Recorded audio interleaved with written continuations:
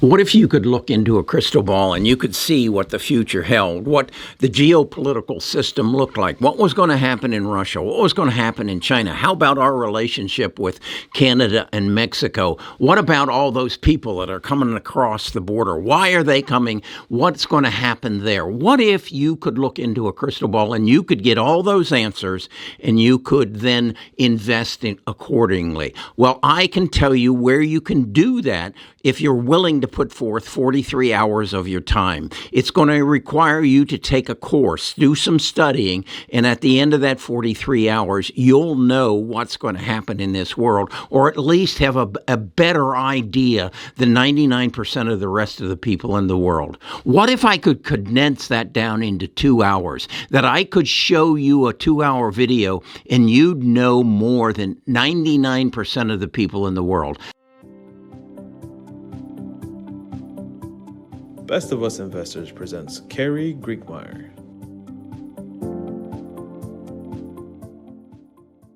Back in 2019, I read this book, The Accidental Superpower, and then I followed it up with The Absent Superpower. It's by Peter Zeihan, and I came to believe that he probably understands the world economy and the geopolitical system better than anybody I had ever come across. And then that just last year, he put out The End of the World is Just Beginning, Mapping the Collapse of Globalization. And with that, I was convinced this guy knows what he's talking about. I've got about 43 hours invested in those 3 books, and I believe he's on top of it.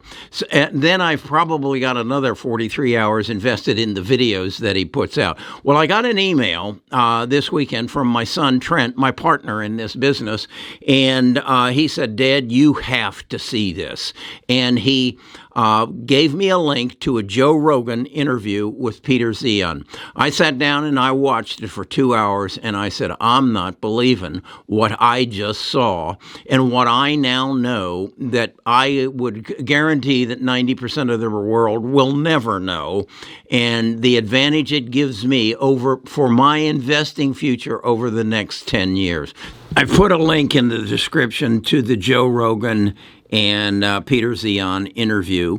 As I said, it's about a 2-hour video, but it gives you a real insight as to what he thinks is going to happen to the world, and he substantiates it in terms that's easy to understand. And so what I want to do is spend a little time in this video on the first 30 minutes of the video, because the first 30 minutes of the video are pretty much focused on the Russian-Ukraine system and how it's going to affect the world's economies, probably over the coming decade. At one point, he says this war could go on for another 10 years, and we'll get into that.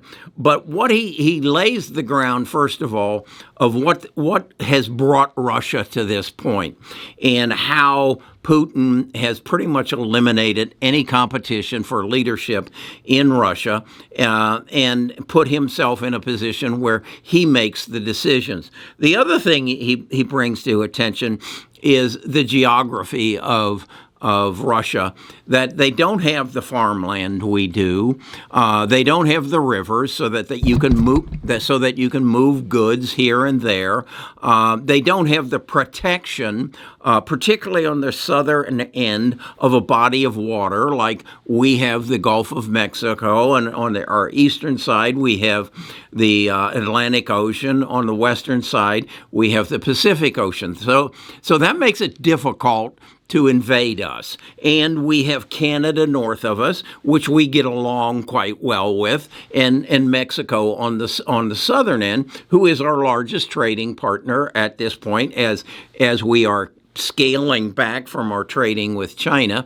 And so we feel pretty secure. Russia doesn't have that security. They also don't have what was needed prior to the end of World War II, was that if you didn't have coal, oil, food, and iron, you were basically a colony, and you had to basically depend on other people for survival. But at the end of World War II, the United States became the patroller of the oceans, and trade opened up. So Russia had a place in that ecosystem, but now Russia is feeling threatened because they are exposed to on multiple sides, mostly on the southern side of Russia, to countries. And in the past, in 2014, when they invaded a country,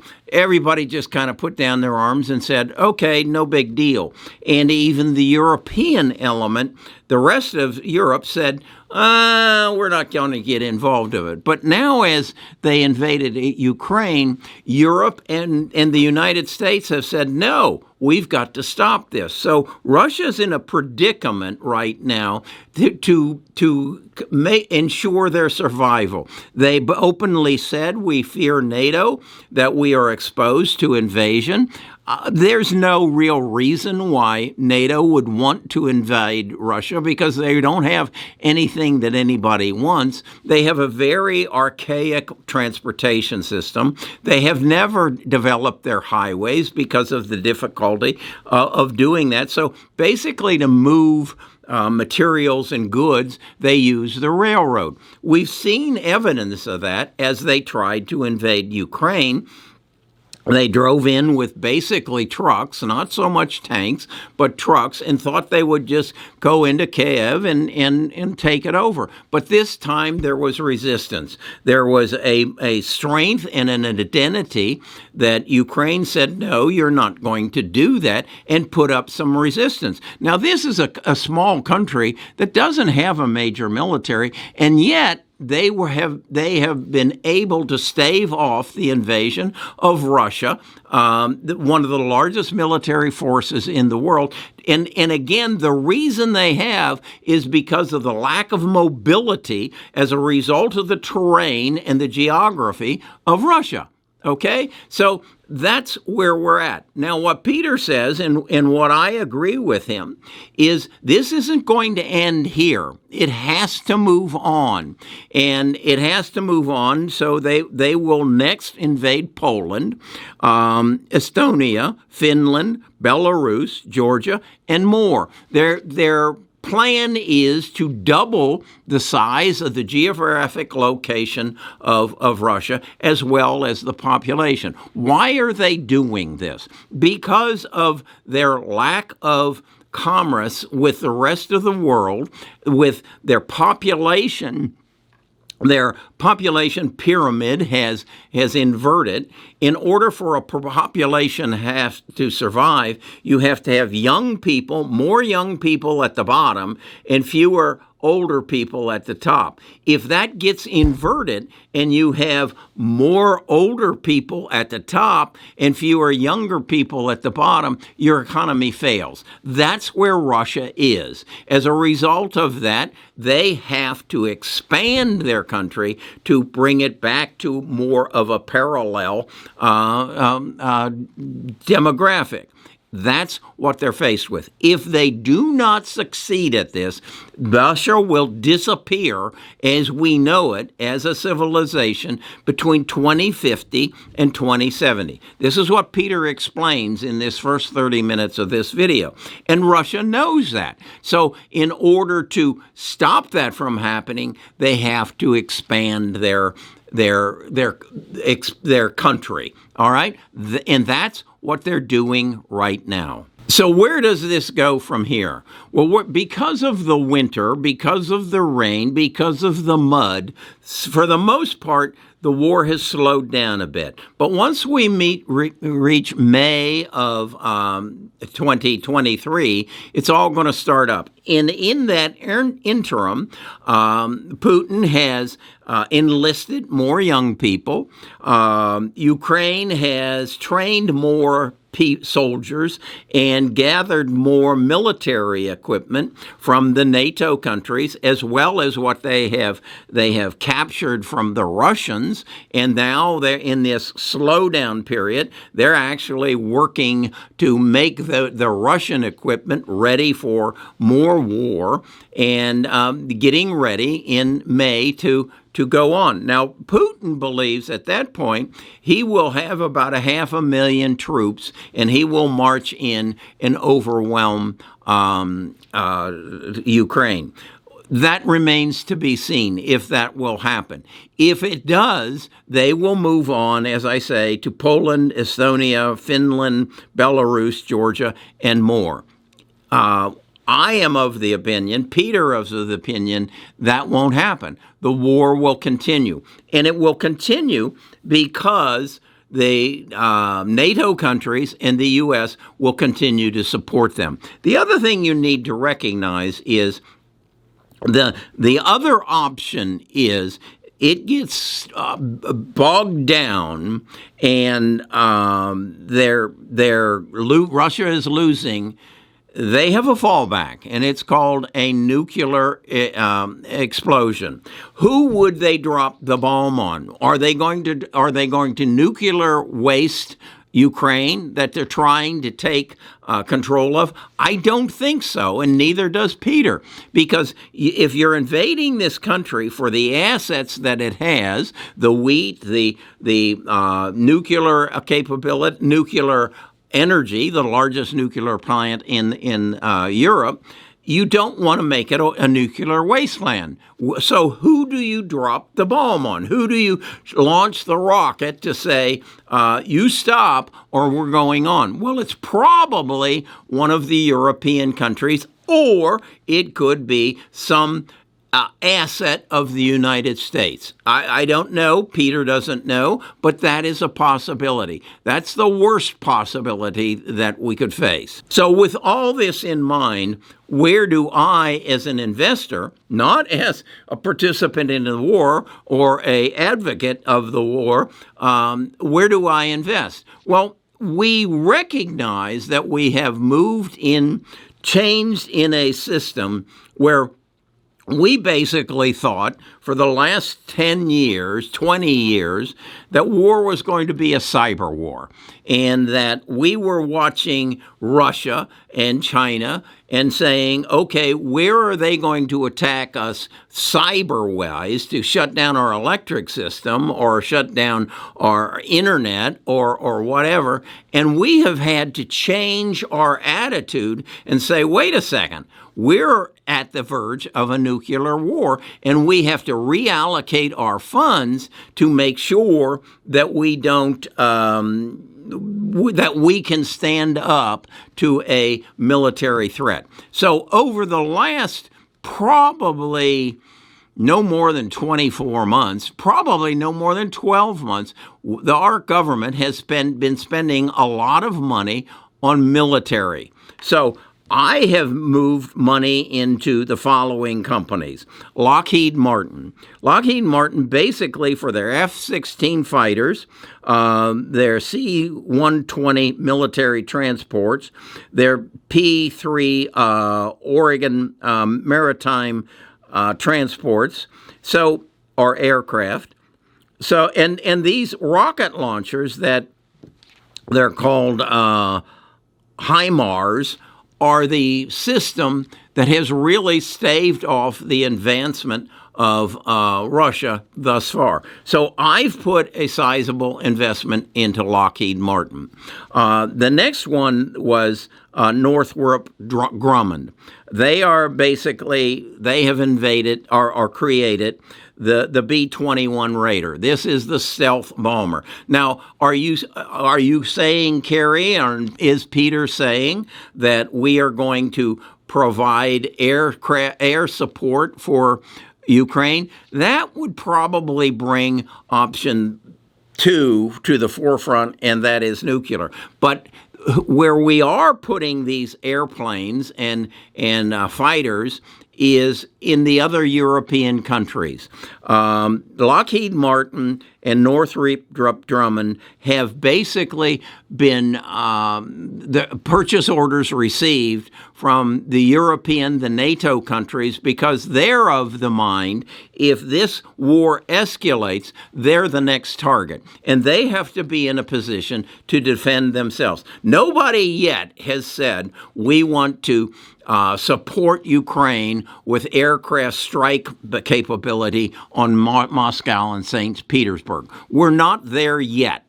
But that isn't to say we won't get there sometime. So that's why I'm investing in Lockheed Martin, Northrop Grumman, and Raytheon. And you'll see in this presentation by Peter Zeihan, he enters he mentions that we are going to be producing or supplying Ukraine with Bradley tanks. So he mentions that, and so I researched and I found that the government has just awarded a contract to BAE Systems, BAE Systems, for $383 million on October the 6th of this year to produce Bradley tanks. This is an over-the-counter stock. It is ticker symbol BAESY.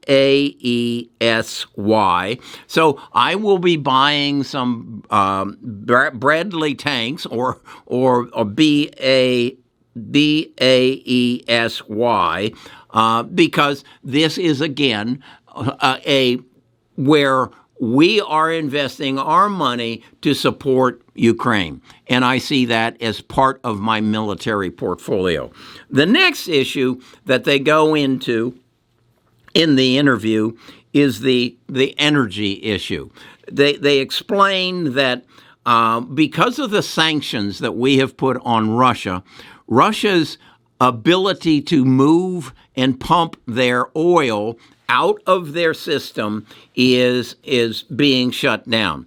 Part of it is they have established a price, a low price that they will pay for Russian oil, and part of it is that we have basically said we will not insure the movement of ships carrying Russian oil to various ports. And that is going to include India and China. Now, India and China, Peter explains, has stepped up and said, we'll insure the ships so that Russia can get oil to us and China. So, but as soon as one of those ships is attacked, and the insurance has to be claimed, it's going to fall into a position where India and China aren't going to be able to pay the shippers, and as a result, the movement of oil out of Russia will come to a stop. When it comes to a stop, the cold of the northern plains of Siberia, where much of this oil is extracted, those pipes will freeze. And as they freeze, the oil wells will freeze as well. And now, because again, think of it, if you aren't moving that oil, it's going to freeze up. If it freezes up, it shuts down. The last time this happened, it took Russia 30 years to get that taken care of. Okay, now we shut down this winter the potential movement of oil. What does that do to the price of oil? It amounts to millions of barrels per day that are not now available on the market. So what do I do with that? I invest in these oil stocks. Devon Energy, Cheniere Energy, this is LNG, this is liquid natural gas. This is a U.S. company that liquefies natural gas and ships it to Europe. Because again, if the natural gas is not coming out of Russia, they got to get it somewhere. So I own LNG.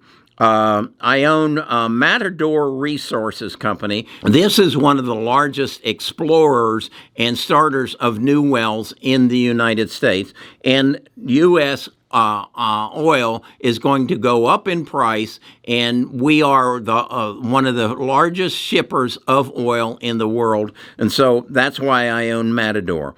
I also own Occidental Petroleum. I bought it originally following Berkshire Hathaway's lead, who has bought, I believe it's up to 40% of Occidental Petroleum. I own XLE. This is an ETF in the energy category.